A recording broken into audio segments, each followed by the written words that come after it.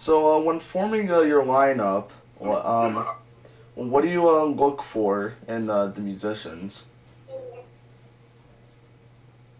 More or less people that I like, people that I've met and enjoy their company or their personality, whatever. That's probably the most important thing, more than their musicianship or what kind of player that they are.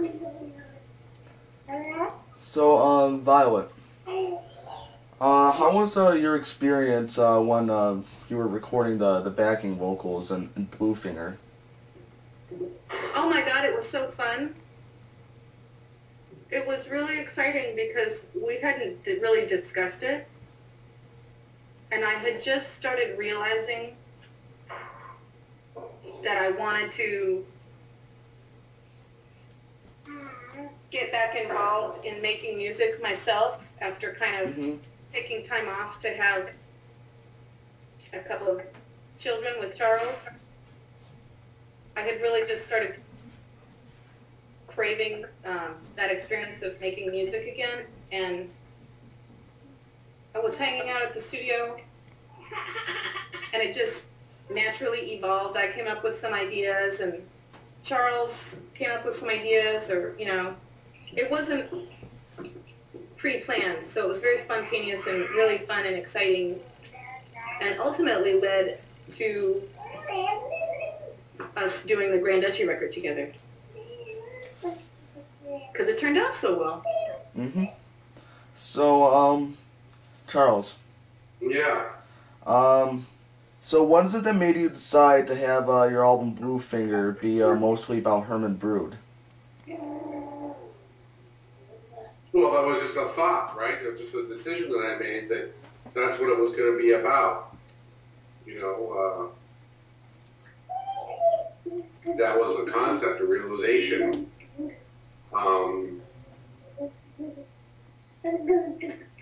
There's something that popped into my head suddenly, So, was Seven Fingers somewhat conceptual? And if so, what was its concept? The concept is centered around the expression or phrase demigod, meaning half god, half human. So, based on that phrase, I just pursued different topics that I discovered in my research of that phrase or those words,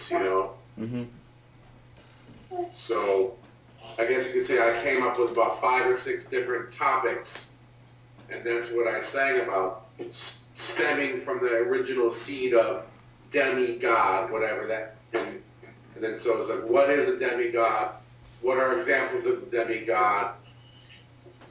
You know what I mean? It just sort of spiders out from one original concept, and then you spider out. So, from Seven Fingers, which song best represents the concept? Well, they all represent the concept, so I don't know if one wins. It's not like there's a contest, really. It's just,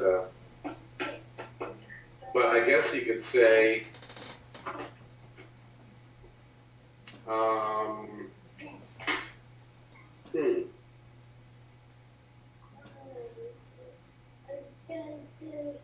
yeah, I mean, they all equally represent the concept.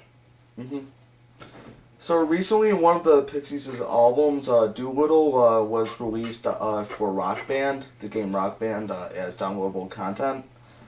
What are your thoughts on your work being featured in this manner and being available? I'm quite happy for my music to be out there in other formats, including video games, so I'm all for it. So, Violet, What are your thoughts on the effect of these games on the music industry? Ooh. Gosh, that's a great question. I only became aware of the impact of video games on the music industry in the last couple of years. And I have mixed feelings about it because I don't really emphasize video games with my children. So it's not a big part of our lives, so it's kind of hard for me to relate. But I think if the video game was coming from the right place, then, you know, if it had heart, if it wasn't just all about death in its many forms, then I think it's obviously a really vital new avenue for kids to get into music. Mm-hmm. Particularly if the music is designed in tandem with the game. Mm-hmm. I think that's exciting and interesting. So, Charles, do you think we'll see any more songs from the Pixies, or from your solo career, or from Frank Black and the Catholics, or even Grand Duchy in the future, in Rock Band or Guitar Hero or anything like that? Oh, I don't know. That's sort of out of my control. It's sort of up to the gaming people. You know, it doesn't really have anything to do with me. Mm-hmm. I've heard. I hope so. What? I hope so. Oh. I've heard rumors that Where Is My Mind might be released as downloadable content. Are these rumors true, or? I don't know. I can't remember really if I've approved that song or not, but I wouldn't be surprised if it was, because it's probably one of the more popular Pixie songs, of course. So, yeah, I wouldn't be surprised if it ended up in the game. So, out of all the albums that you've ever recorded, which one are you most proud of?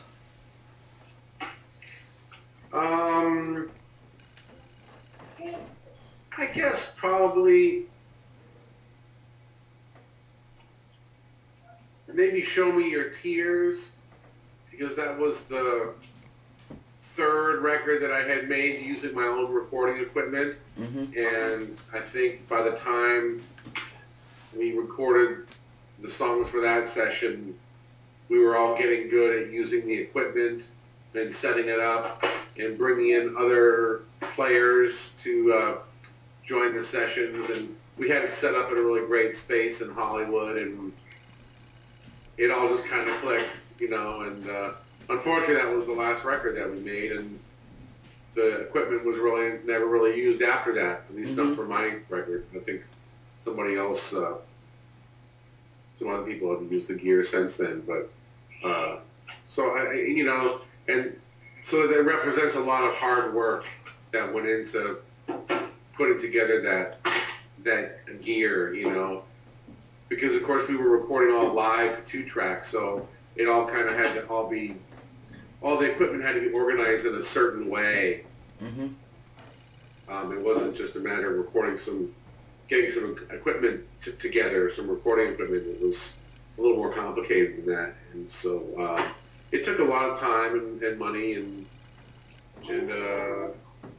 it was all vintage gear too, you know. So it was all old analog vintage gear. So it was, you know, it took some effort, and it was a lot of fun. It was a fun project, and that was sort of the last thing that we did. Yeah.